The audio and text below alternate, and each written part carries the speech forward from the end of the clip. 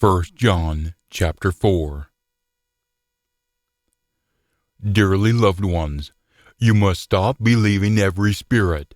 Rather, you must be continually proving the spirits to see if they are from Almighty, because many false prophets have gone out into the world.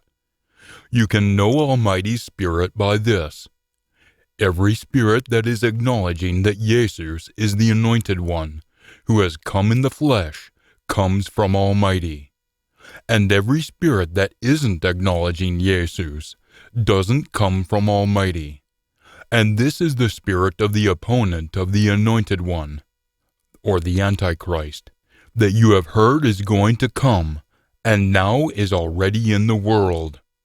You are children of Almighty, little children, newly born ones, and you have conquered them, because the one who is in you is greater than the one who is in the world, or Satan. They are children of the world.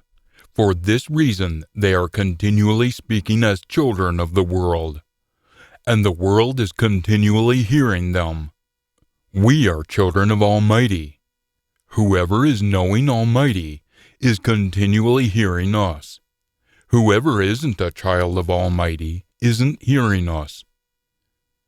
As a result of this, we can know the spirit of truth from Almighty, and the spirit of deception from Satan.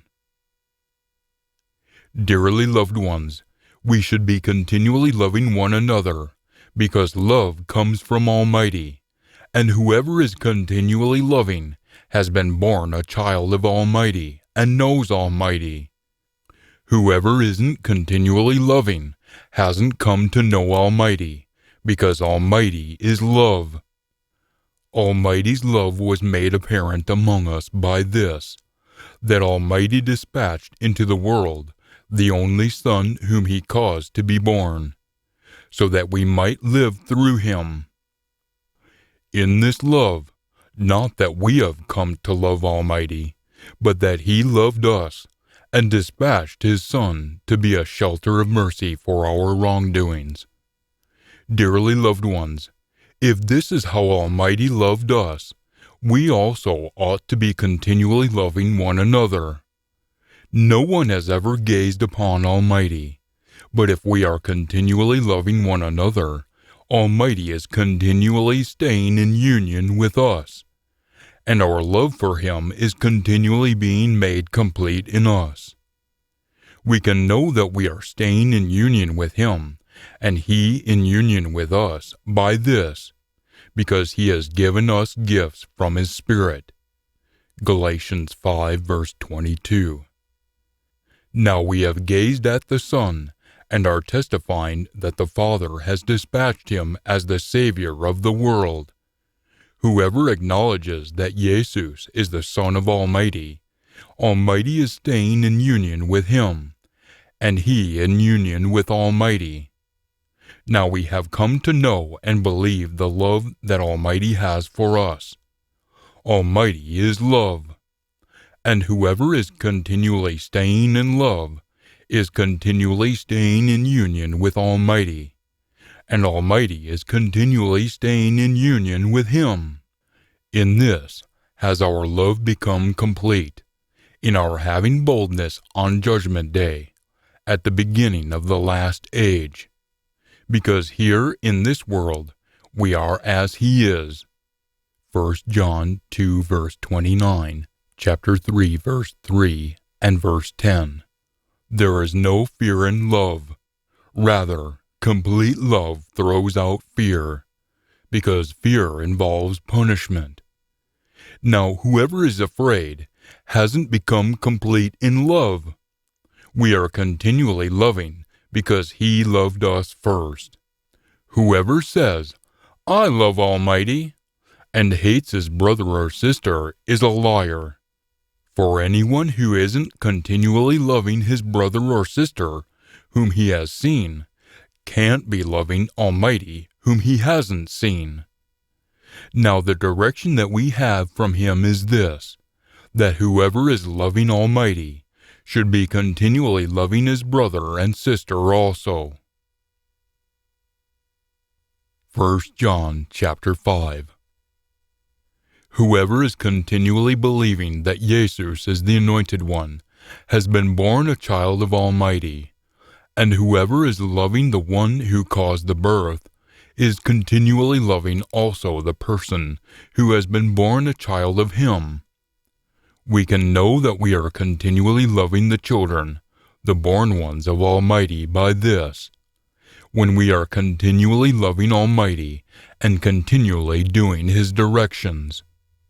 For love for Almighty is this, that we are continually keeping His directions, and His directions are not heavy, since whoever has been born a child of Almighty is conquering the world.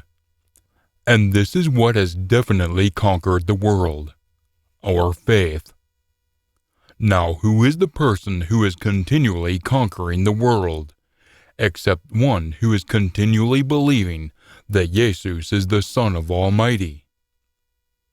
The one who came through water, immersion, began his work, and blood, death, finished his work, is this: Jesus, the Anointed One, not in the water only, but in the water and in the blood. Then there is the Spirit that is continually testifying, because the Spirit is the truth. So there are three that are continually testifying: the Spirit, the water, and the blood. And these three all say the same thing. If we are continually taking the testimony of humans, the testimony of Almighty is greater. For the testimony of Almighty is this, that He has testified about His Son. Whoever is believing in the Son of Almighty has this testimony in himself. Whoever doesn't believe Almighty has made Him out to be a liar, because this person hasn't believed in the testimony that Almighty has testified about His Son. Now the testimony is this, that Almighty has given us life in the last age, and this life is through union with His Son. Whoever has the Son has life in the last age. Whoever doesn't have the Son of Almighty doesn't have life in the last age. I have written these things to you who are continually believing in the name of the Son of Almighty, or Jesus, so that you might notice that you have life in the last age. Now the boldness that we have before Him, Almighty, is this, that if we are continually requesting anything that is in accordance with what He wants, He is hearing us. Now, since we are aware that He is hearing us in whatever we are continually requesting for ourselves, we are aware that we are going to have the request that we have requested from Him. Whoever notices his brother or sister doing something that is wrong, that doesn't have to lead to death in the fiery destruction, must request or pray to Almighty, and so give life to this person, that is, to those doing something that is wrong, that doesn't have to lead to death in the fiery destruction. There is wrongdoing that does have to lead to death in the fiery destruction of the second death. I'm not saying that he should ask concerning that. Mark 3, verses 29 through 30, John 3, verse 18, and John 8, verse 24, 1 John 2, verses 22 through 23, and 2 John 1, verse 9. All injustice is wrong, but there is wrongdoing that doesn't have to lead to death in the fiery destruction.